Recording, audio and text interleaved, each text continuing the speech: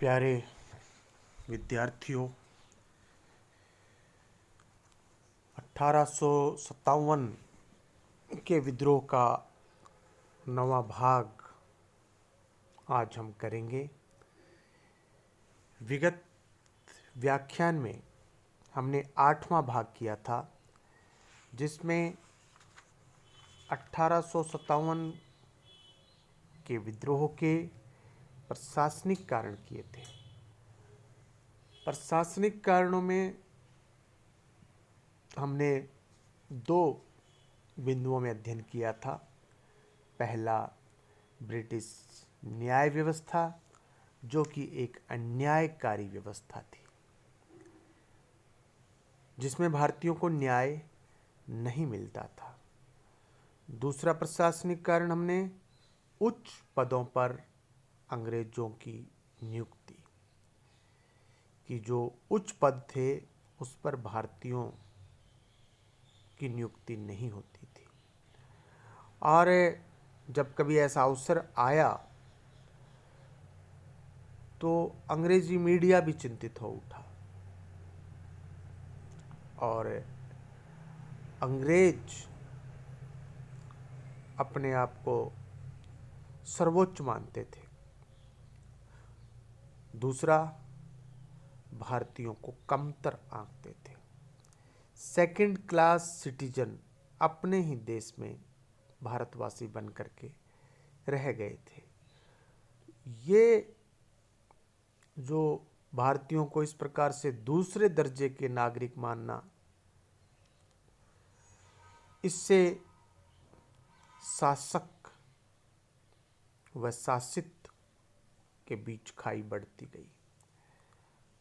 1857 में विस्फोट, जब एक विस्फोटक स्थिति बन गई, तब सरकार को तब तक इसका आभास भी नहीं था कि जनता क्या चाहती है, और आभास था तो वो उसको नज़रअंदाज सरकार करना चाह रही थी।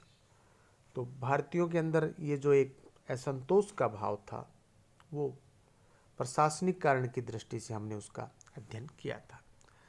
आज हम कर रहे हैं कि 1857 के विद्रोह के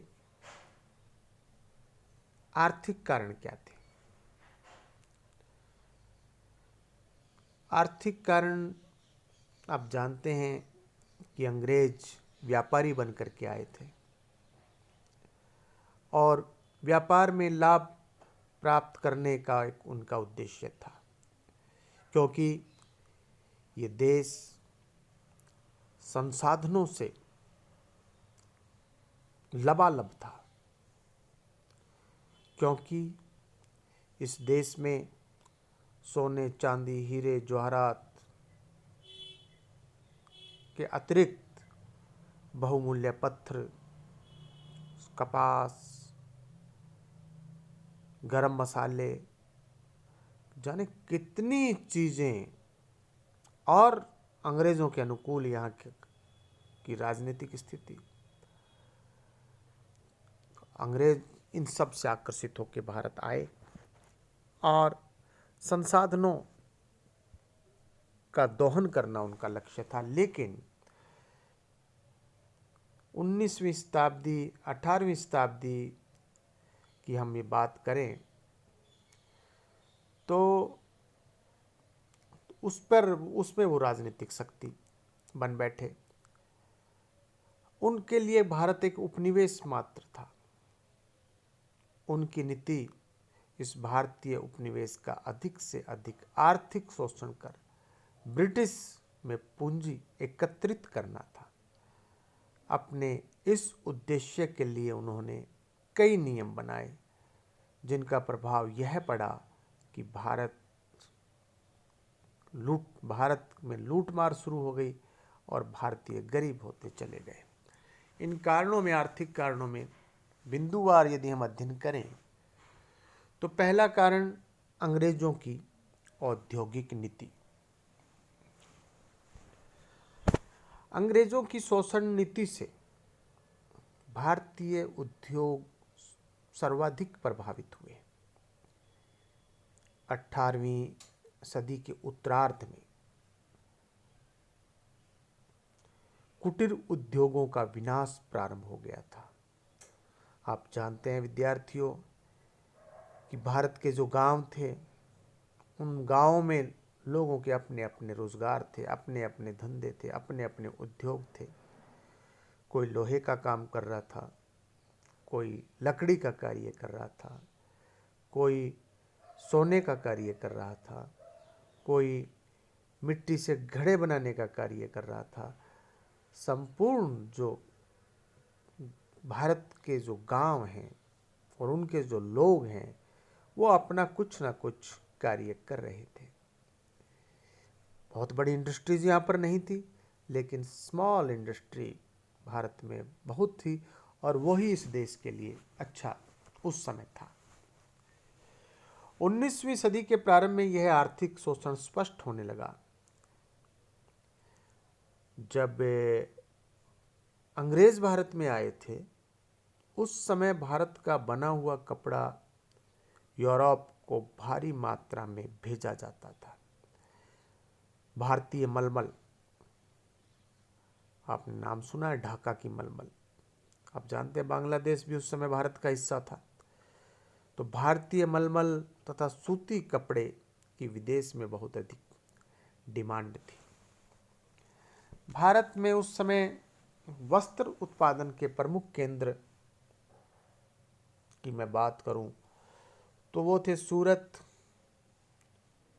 चंदेरी, बुरहानपुर, मैसूर, मद्रास के जो मद्रास प्रांत था उसके उत्तरी इलाके, जौनपुर, बनारस, बिहार के बहुत से, उत्तर प्रदेश के भी बहुत से शहर, उड़ीसा, बंगाल, स्टेट वाइज बात कर रहे हैं तो गुजरात के भी बहुत से शहर थे। भारतीय सूती वस्त्र का इंग्लैंड में अधिक उपयोग, इस पर उनको चिंता हुई और ये कहा कि हम जो अंग्रेज जो कह रहे हैं कि हमारे जो घर हैं उसमें भारतीय वस्त्र हमारे निजी कमरों में, हमारे बेडरूम में प्रवेश पा गया है। हमारे पर्दे, गद्दे, यहाँ तक कि बिस्तरों पर भी भारतीय वस्त्र के अलावा कुछ दिखाई नहीं देता है। ये ऐसी चर्चा इंग्लैंड के अंदर भारत के सूती वस्त्र के आयात से इंग्लैंड का जो ऊनी और रेशमी वस्त्र उद्योग है वो उस पर चोट पहुंच रही थी, और इंग्लैंड के बुनकरों की बेकारी का कारण ये जो भारतीय वस्त्र उद्योग और आयात। इंग्लैंड की सरकार इन बातों से अनभिज्ञ नहीं थी। अतः ईस्ट इंडिया कंपनी के भारत में राजनीतिक शक्ति बनते ही इंग्लैंड ने भारत के बने हुए माल को, जो कि इंग्लैंड जाता था, पर टैक्स बढ़ा दिया, जबकि भारत के कच्चे माल पर बहुत कम निर्यात कर था। इसके विपरीत इंग्लैंड से जो माल भारत आता उस पर बहुत कम टैक्स कर दिया। 1840 में भारत आने वाले अंग्रेजी सूती वस्त्र एवं रेशमी कपड़े पर 3.5%, गर्म कपड़ों पर 2% टैक्स था, जबकि भारत से इंग्लैंड जाने वाले सूती, रेशमी और गर्म कपड़ों पर 10, जो हम क्रमशः बात करते हैं, 10% सूती पर, 20% रेशमी पर और 30% गर्म कपड़ों पर था। अब आप देखिए, अब भारत का माल इंग्लैंड में महंगा हो जाएगा क्योंकि इतना टैक्स हो गया, और इंग्लैंड का जो माल भारत में आ रहा है चूँकि टैक्स बहुत कम है वो सस्ता होगा। इसका परिणाम यह निकला कि भारत से कपड़ा जो इंग्लैंड जा रहा था वह बंद हो गया। इसके अलावा कंपनी ने अपनी राजनीतिक सत्ता के बलबूते पर बुनकरों को सस्ते दामों पर उनका माल बेचने के लिए विवश किया। यहाँ तक कि कई बार उन्हें यह माल अपने लागत मूल्य से भी कम में बेचना पड़ता था। अतः यह स्वाभाविक था कि वस्त्र उद्योग में लगे लोग अंग्रेजों के विरोधी हो गए। सूरत का माल अत्यधिक दबाव और अन्यायपूर्ण तरीकों से प्राप्त किया जाता था और जुलाहों को इस बात के लिए विवश किया जाता था कि वे कंपनी के साथ में अपना कॉन्ट्रैक्ट बनाए रखें, अपने व्यापारिक संबंध बनाए रखें। इससे भारत का कपड़े का उद्योग नष्ट हो गया और लाखों मजदूर बेकार हो गए। इंग्लैंड में औद्योगिक क्रांति हो जाने के कारण भारत के उद्योगों पर और भी बुरा प्रभाव पड़ा। अंग्रेजों की व्यापारिक नीति से भारतीय उद्योग पहले से ही दबे हुए थे और अब मशीनों से पनपे अंग्रेजी उद्योगों का मुकाबला वे नहीं कर सके, क्योंकि विद्यार्थियों, आप जानते हैं, आपने फर्स्ट ईयर में पढ़ा है कि इंग्लैंड में औद्योगिक क्रांति हो गई थी। भारत इंग्लैंड को अब केवल कच्चा माल सप्लाई कर पा रहा था और उसी माल की बनी हुई वस्तुओं को अधिक दाम पर खरीदना था, क्योंकि यहाँ से कच्चा माल जा रहा है, यहाँ से कपास जा रही है, वहाँ से कपड़े बन करके आ रहे हैं। सस्ते मूल्य पर किसान से कपास खरीदी जा रही है। कई बार किसान का लागत मूल्य भी नहीं निकल रहा। अब वो कपास इंग्लैंड में जाकर के एक वस्त्र के रूप में बन करके वापस भारत आ रही है। टैक्स बहुत ज़्यादा है। अब बाजार में जो उपलब्ध है वही खरीदना पड़ेगा। तो ये जो स्थिति थी, ये बहुत भारतीयों के लिए हानिकारक रही। इससे इंग्लैंड की तो उन्नति हुई, परंतु भारत आर्थिक दृष्टि से जर्जर हो गया। यही नहीं, अंग्रेजों ने अपने प्रशासनिक अधिकारों से लाभ उठाकर भारतीय व्यापार, वाणिज्य तथा कुटीर उद्योग अपने नियंत्रण में ले लिए। प्रतिवर्ष आयात से अधिक जितना निर्यात होता था वह धन निष्कासन के समान था। तो इंग्लैंड का जो है वो निर्यात बढ़ गया, भारत का निर्यात घट गया। आयात और निर्यात का अंतर आप विद्यार्थियों जानते होंगे। जो वस्तुएं बाहर से आती हैं वो आयात हैं और जो वस्तुएं बाहर विदेश भेजी जाती हैं वो निर्यात है। तो ये अंग्रेज़ों की जो औद्योगिक नीति थी, इसका भारत के ऊपर बहुत ही नेगेटिव प्रभाव पड़ा। अब एक कृषि व उद्योग धंधों का संतुलन बिगड़ना। भारतीय अर्थव्यवस्था अंग्रेजों के आगमन से पूर्व एक संतुलित व्यवस्था थी। मैंने पहले के बिंदु में उल्लेख किया कि सब भारत में छोटे छोटे उद्योग थे, सब अपने आप में मस्त थे उस समय के लिए उनकी जो भी नीड थी और सब वो आनंद में लोग यहाँ पर रहते थे। और इस अर्थव्यवस्था में जो एक संतुलित अर्थव्यवस्था थी, कृषि व उद्योग का संतुलन बना हुआ था, परंतु अंग्रेजों के कारण यह संतुलन बिगड़ गया एवं समाज का प्रत्येक वर्ग उद्योग धंधों के नष्ट हो जाने से कृषि पर निर्भर होने लगा। इसमें खेती पर अनावश्यक बोझ पड़ा। इस असंतुलन से भारत की आर्थिक व्यवस्था एक बार जो बिगड़ी तो वह अंग्रेजों के शासनकाल में नहीं सुधर सकी। उधर इंग्लैंडवासी तथा कंपनी के जो कारिंदे हैं, कर्मचारी हैं, अधिकारी हैं, दिनों दिन अमीर होने लगे और भारतवासी गरीब होने लगे। इस तथ्य की जो मद्रास काउंसिल के एक सदस्य सुलिवेन, जिनका नाम सुलिवेन, उन्होंने भी इस तथ्य को एडमिट किया है। तीसरा कारण है अंग्रेजों की राजस्व प्रणाली, यानी कि रेवेन्यू कलेक्शन, यानी कि कर इकट्ठा, टैक्स जो है वो कैसे। अंग्रेजों की लगान नीति में भी विद्रोह का एक मतलब विद्रोह के कारण छुपे हुए थे। कृषकों की स्थिति सुधारने के लिए समय समय पर विभिन्न लगान संबंधी व्यवस्थाएं की गई। लॉर्ड कॉर्नवालिस जो कॉर्नवालिस था की नई व्यवस्था जो परमानेंट सेटलमेंट जिसको हम स्थायी बंदोबस्त कहते हैं भी महाविद्रोह को जन आंदोलन बनाने में सहायक सिद्ध हुआ। नई लगान व्यवस्था में सरकार की उत्पीड़क नीति स्पष्ट दिखाई देती है। वह दो रूप में, पहला भूमि की जो कैपेसिटी या क्षमता है उससे अधिक लगान की दर निर्धारित करना।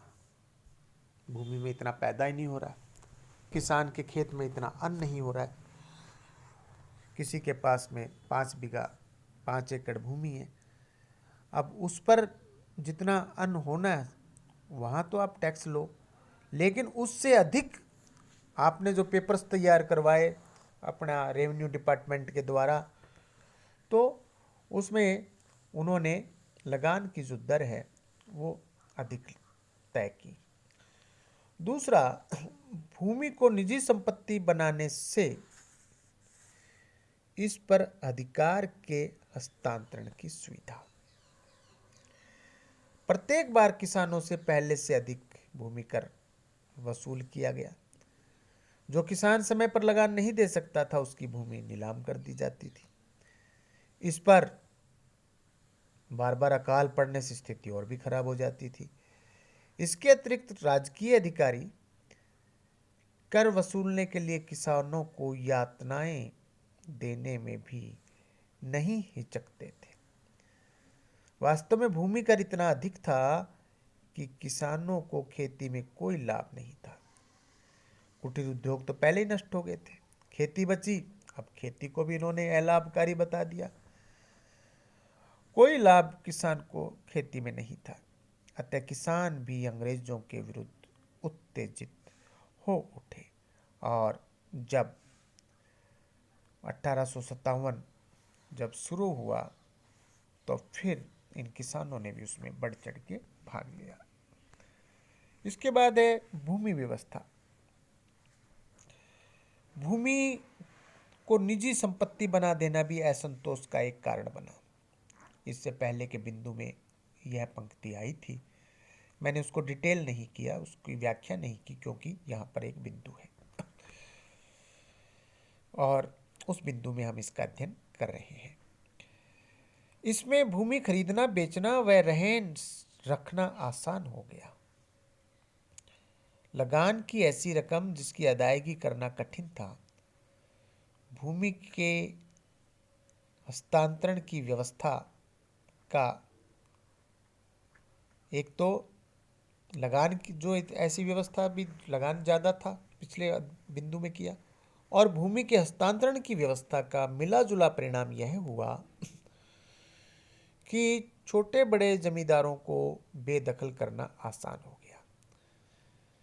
1853 में केवल उत्तरी पश्चिमी प्रांत में लगान की रकम अदायगी न होने के कारण 11 लाख एकड़ भूमि की नीलामी कर दी गई।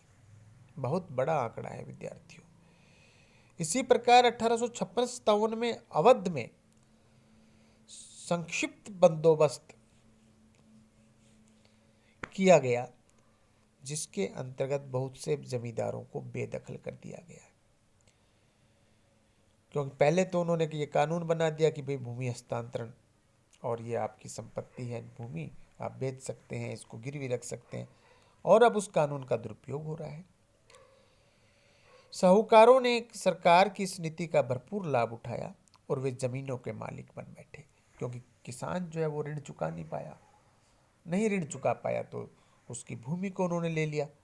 अब किसान के पास में धन नहीं था कि वो साहूकार को धन देकर के अपनी भूमि वापस प्राप्त कर ले, और किसान भूमिहीन हो गया और जो महाजन है वो धनी बन गए। परंतु साहूकार जो हैं वो किसानों में प्रतिष्ठा प्राप्त नहीं कर सके। जमींदार है वो भी किसानों का उत्पीड़न कर रहे हैं। ऐसा त्रिकोण बन गया, अंग्रेज, साहूकार और जमींदार। किसान उस त्रिकोण में बुरी तरह फंस गया। आम लोगों की सहानुभूति भूमि के वंशानुगत मालिकों के साथ ही रही, यानी कि किसानों के साथ, और उनकी दुर्दशा के लिए सरकार को ही दोषी मानते रहे।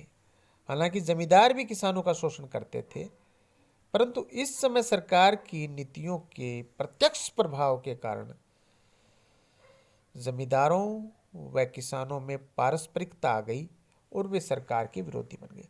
क्योंकि जो छोटे जो जमींदार थे उनकी स्थिति बहुत अच्छी नहीं थी। हाँ, और बड़े जो जमींदार थे वे शोषण का प्रतीक थे।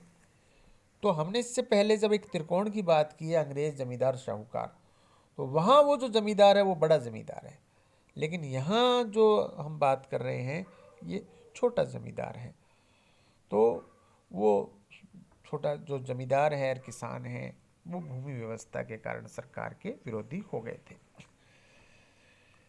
अब है स्थायी बंदोबस्त। सॉरी, स्थायी बंदोबस्त लगान की एक व्यवस्था थी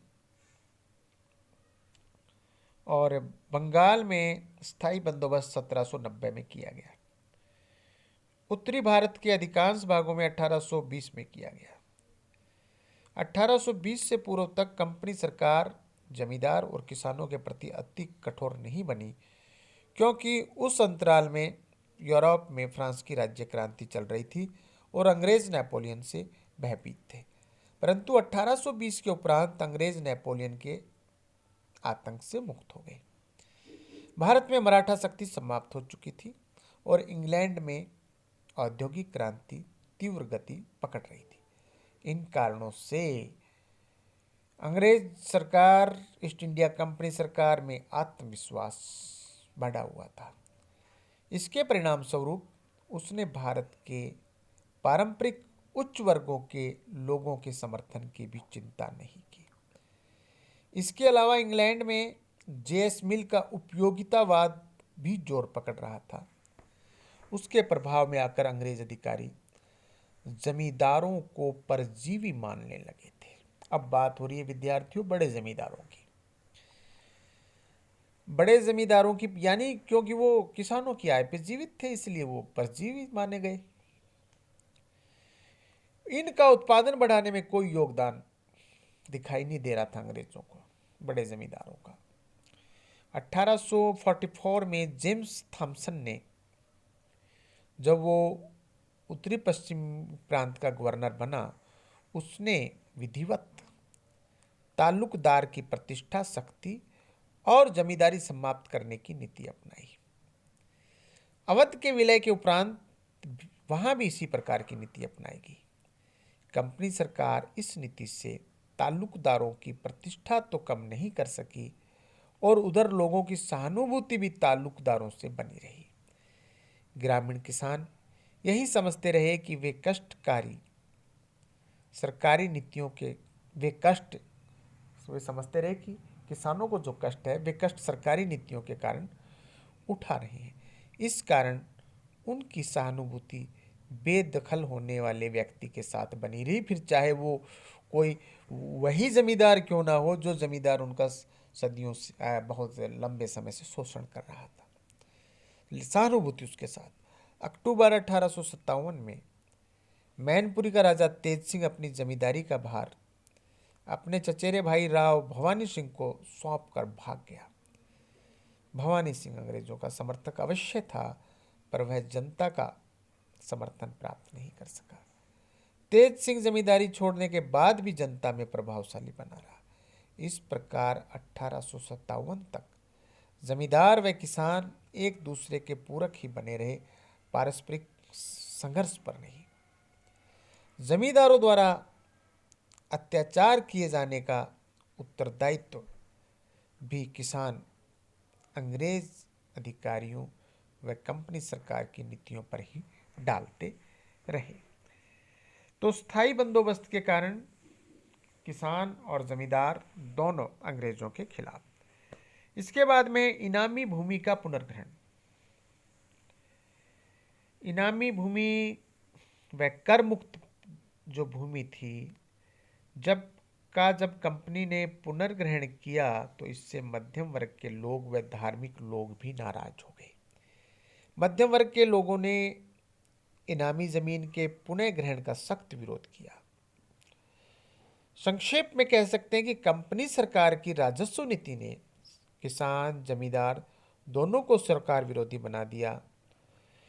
और ये जिस हम इनामी भूमि की बात कर रहे हैं, ये लोगों को विभिन्न अवसरों पर राजाओं के द्वारा मिली थी, चाहे वो कोई ब्राह्मण हो, चाहे वो कोई सैनिक हो, चाहे कोई वो विद्वान हो। तो ये जो भूमि थी ये भी ले ली। किसान और जमींदार पहले ही थे, विरोध में थे। तो जब 1857 का सेना के से विद्रोह जब निकला तो किसान जमींदार ऐसे सब लोगों ने उनका साथ दिया। अंग्रेजों ने अपनी अदूरदर्शी नीति के कारण हजारों सैनिकों को बेरोजगार बना दिया। जिन राज्यों को अंग्रेजों ने पूर्णतः अपने अधिकार में कर लिया, उनकी स्थायी सेनाएं समाप्त कर दी। उनकी भूमि जो सैनिकों को थी वो भी जब्त कर ली। और जिन राज्यों को अपने प्रभाव में रखा, उनके जो नरेश हैं, उनके जो राजा हैं, उनकी भी उन्होंने सैनिक कम करवा दिए। तो सैनिकों की भांति उन राज्यों के प्रशासनिक अधिकारियों को भी अंग्रेजों ने हटाकर उनके स्थान पर अपने लोग नियुक्त कर दिए। और उनको जो भी अधिकार थे, जो भी भूमि थी, वो सब अंग्रेजों ने छीन ली। शिक्षित लोगों को रोजगार न देकर वैसे नाराज कर रखा था। तो इस प्रकार अंग्रेजों से किसान भी, मध्यम वर्ग भी, सब जितना भारत में अधिकांश जो समुदाय है वो अंग्रेजों के खिलाफ हो रहा था। अकाल में सहायता नहीं करना अगला बिंदु। आप जानते हैं कि अंग्रेजों ने 1757 में प्लासी के युद्ध में विजय प्राप्त करके यहाँ पर राजनीतिक हैसियत प्राप्त कर ली थी, सत्ता पद प्राप्त कर ली थी, और वे भारत में एक राजनीतिक ताकत बन गए थे। इसके बाद भारत में कई अकाल पड़े। उन अकालों में किसानों की आर्थिक सहायता करना तो दूर, उन्हें कर मुक्त भी नहीं किया गया। इतना भी नहीं कि सरकार इस बार किसानों से टैक्स नहीं लिया जाएगा, टैक्स कलेक्शन नहीं होगा, यह भी सरकार ने नहीं किया। अतः भारतीय किसान इस निष्कर्ष पर आ गया कि कंपनी के शासन में उन्हें अकालों से राहत नहीं मिलेगी। विद्यार्थियों, भारत में अकाल पहले भी पढ़ते थे, अंग्रेजों के आने से पहले भी पढ़ते थे, लेकिन वो अकाल आदमी की जो जीवटता थी, भारत के आदमी की जीवटता, उसके आगे बोने पड़ जाते थे। हमारे यहाँ ये प्रचलन रहा है कि हर घर में साल भर का अनाज लोग फसल कटाई के समय इकट्ठा कर लेते थे। हर घर में पशु होते थे, तो दूध, दही, घी, छाछ ये हर घर में रहता था। और लोग अपने पशुओं के लिए जो चारा है वो भी, उसका भी स्टोरेज कर लेते थे। तो और नकदी उस समय थी भी नहीं, कैश, और इतनी लोगों को आवश्यकता भी नहीं थी। वैसे भी वस्तु विनिमय का ज़्यादा चलन था। और आप जानते हैं उस समय हमारे यहाँ कुटीर उद्योग धंधे भी थे, जो हम अंग्रेजों से पहले की बात कर रहे हैं। तो पूरी हमारी जो अर्थव्यवस्था थी वो बैलेंस थी। कृषि, उद्योग, व्यापार, ये सब संतुलित था। और अकाल जब पहले आते थे तो लोगों के पास में अपना इतना प्रबंध रहता था कि वो उसका मुकाबला कर लेते थे। राजा महाराजा जो थे वो अकाल के समय लोगों का कर माफ करते थे, किसानों का कर माफ करते थे, और उनको रोजगार देने के लिए कोई ऐसा कार्य प्रारंभ करते थे जो कि वो आर्टिकल एक परमानेंट आर्टिकल होता था। अब बात करें, हम राजस्थान के हैं, यहाँ जो राजसमंद झील है, राजसमंद झील का निर्माण महाराणा राज सिंह ने करवाया था और अकाल राहत कार्य के दौरान ही उस झील का निर्माण हुआ। अकाल पड़ा था, लोगों के पास में काम नहीं था, किसान के खेत में कोई काम नहीं था, उनको रोजगार देने के लिए राजा ने वहाँ पर एक बांध बनवाया और राजसमंद झील आज तक अपने उस स्वरूप में कायम है। तो ऐसा हमारे यहाँ पर एक मैनेजमेंट, इसको कहें मैनेजमेंट था, और अकाल जो है वो व्यक्ति के सामने छोटा पड़ जाता था। लेकिन अंग्रेज चूंकि विदेशी थे, हम उनके प्रति हमारे प्रति कोई सहानुभूति भी नहीं थी, तो उन्होंने अकाल कार्यों में कोई मदद नहीं की। भूखा किसान मजदूर जो कि अकाल में जिसने अपनों को मरते हुए देखा, कंपनी सरकार का विरोधी हो गया और उसका शीघ्र विनाश चाहने लगा। और यही कारण है कि जब 1857 में सैनिकों ने विद्रोह किया तो वो विद्रोह भारत के बाकी हिस्सों में बड़ी तेजी से फैला, क्योंकि लोग बिल्कुल अंग्रेजों के खिलाफ हो चुके थे। लोगों में अंदर एक आग थी, उस अंदर जो उनके एक वो थी, जो उनके अंदर एक बारूद जो उनके अंदर जो इकट्ठा हो गया था, उसको एक चिंगारी की आवश्यकता थी। और वो चिंगारी 1857 में सैनिकों के विद्रोह से मिली और बाद में वो इतने बड़े हिस्से में फैल करके एक स्वतंत्रता संग्राम बन गया। तो विद्यार्थियों, आर्थिक कारणों में इतने बिंदुओं में हमने अध्ययन किया।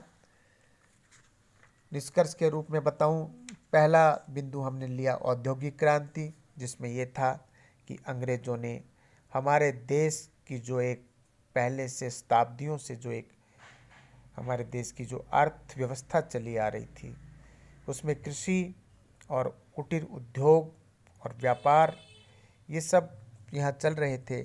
लेकिन अंग्रेज़ों की औद्योगिक नीति, अंग्रेज़ों की हमारे यहाँ पे कृषि नीति, अंग्रेज़ों की हमारे यहाँ पर टैक्स कलेक्शन, अंग्रेज़ों का हमारे यहाँ पर लैंड सेटलमेंट, अंग्रेज़ों का हमारे यहाँ पर परमानेंट सेटलमेंट, ये जितने भी उन्होंने यहाँ नीतियाँ बनाई, अंग्रेज़ों की जो नीतियाँ थी, उसने हमारा जो परंपरागत हमारा जो एक इकोनॉमिक स्ट्रक्चर था, परंपरागत एक आर्थिक ढांचा था, जिसके बदौलत भारत कभी सोने की चिड़िया कहलाता था, उसको उन्होंने ध्वस्त कर दिया और उसके स्थान पर उन्होंने यहाँ पर अपना जो शोषण है वो शोषण बढ़ा दिया।